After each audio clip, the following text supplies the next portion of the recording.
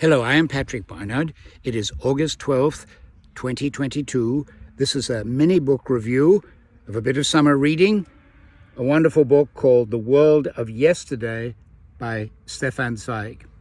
Stefan Zweig was one of the best-known European writers of the 20th century, deeply wedded to his view of a civilized, unified Europe.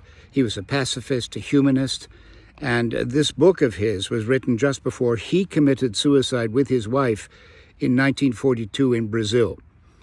He committed suicide because he was in a state of despair about his vision for a unified and peaceful Europe.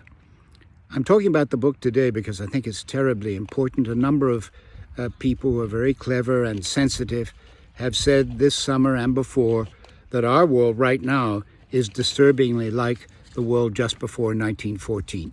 The subject of Zweig's book is the contrast between the world he grew up in and the world he knew as an adult who was observing it all.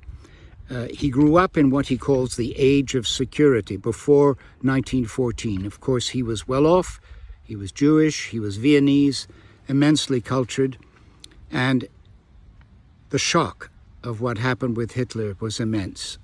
Here's a short remark of his.